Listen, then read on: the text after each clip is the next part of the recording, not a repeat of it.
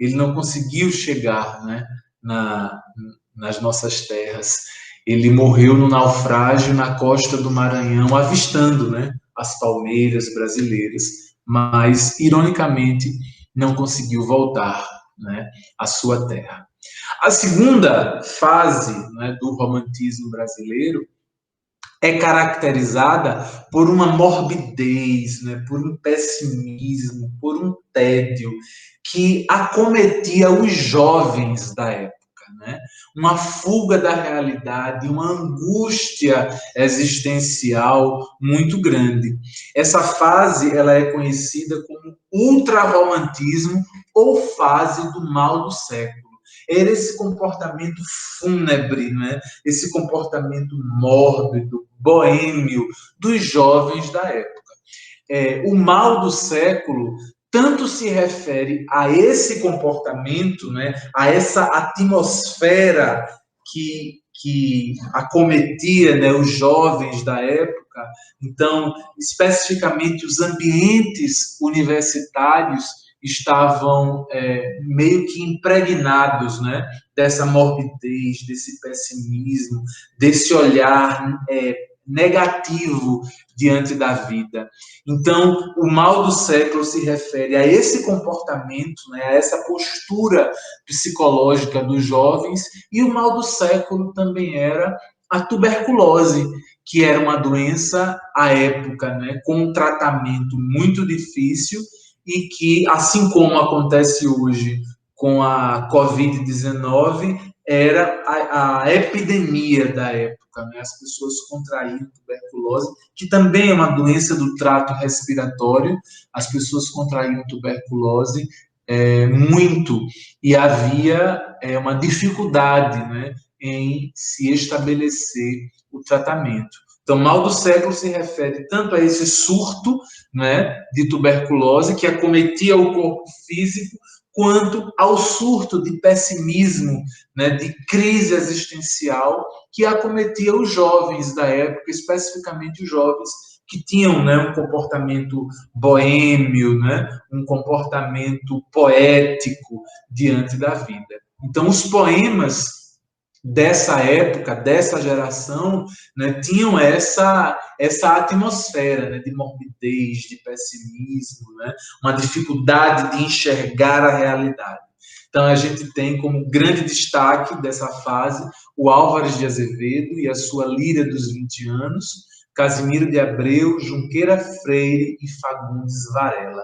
Sobre esses escritores, é importante a gente observar que todos eles morreram muito jovens, acometidos pela tuberculose, muito em virtude do estilo de vida que levavam, né?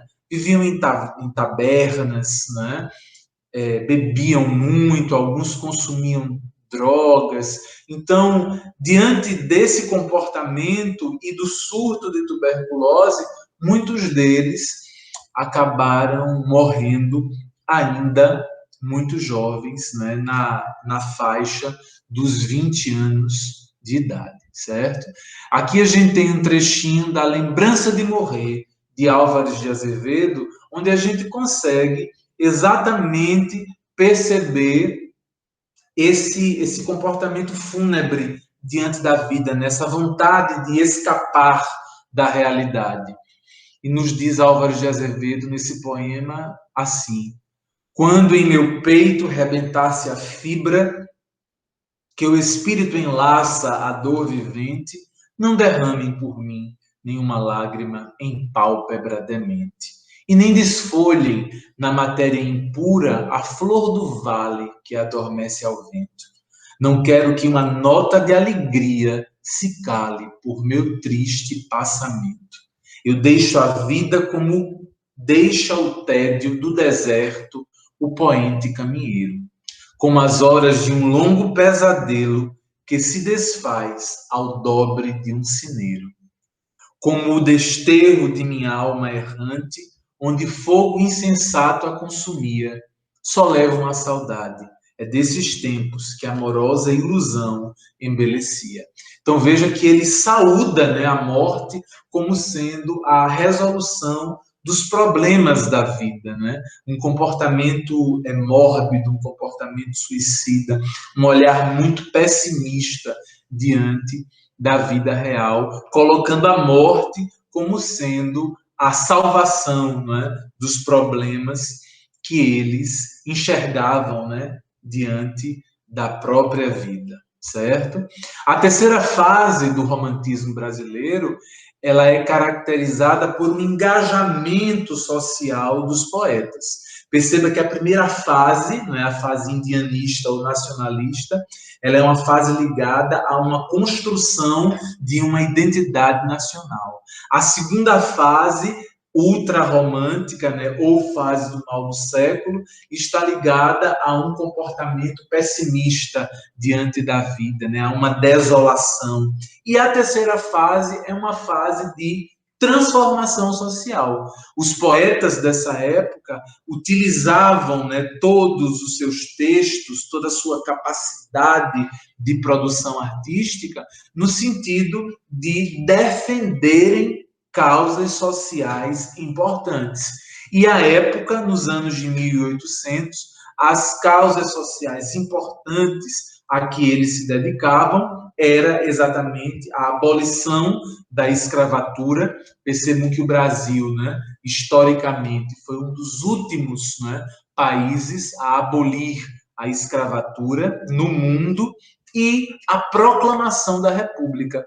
Essas eram causas sociais abraçadas pelos poetas, certo?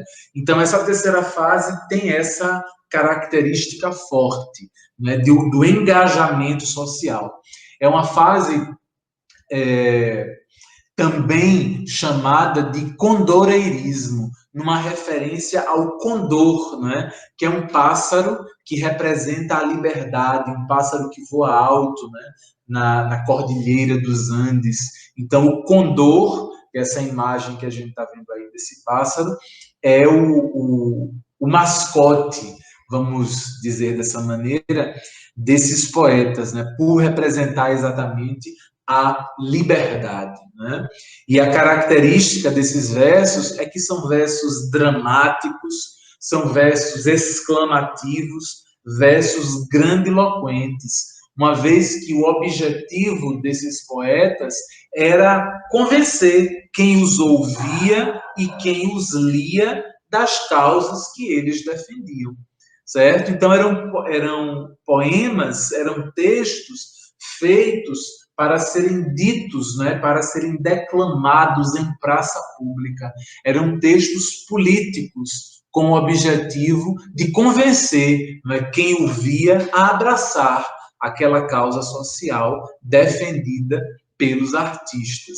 O grande destaque dessa época é o Castro Alves, né, que na Bahia defendia de forma muito intensa a abolição da escravatura.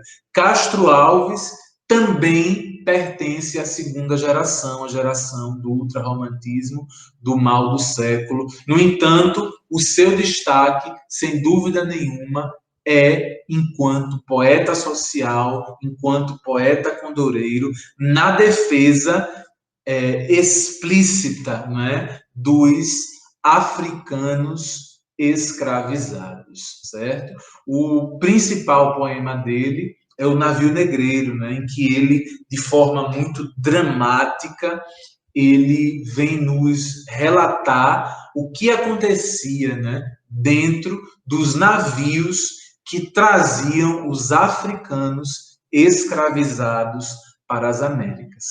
E aí, um trechinho do Navio Negreiro, nós temos aí: era um sonho dantesco o tombadilho, que das luzernas avermelha o brilho, em sangue a se banhar, tinir de ferros, estalar de açoite, legiões de homens negros como a noite, horrendos a dançar. Negras mulheres, suspendendo as tetas, magras crianças, cujas bocas pretas rega o sangue das mães. Outras moças, mas nuas e espantadas, no turbilhão de espectros arrastadas em ânsia e mágoas vãs. Então, Castro Alves vai nos narrando, né, os horrores pelos quais eram submetidos os africanos escravizados em suas viagens, né, para o Brasil, para as Américas como um todo. É um relato surpreendente, poeticamente surpreendente, né, do poeta dos escravos, Castro Alves. Até mais. Próxima aula nós continuaremos conversando sobre o romantismo.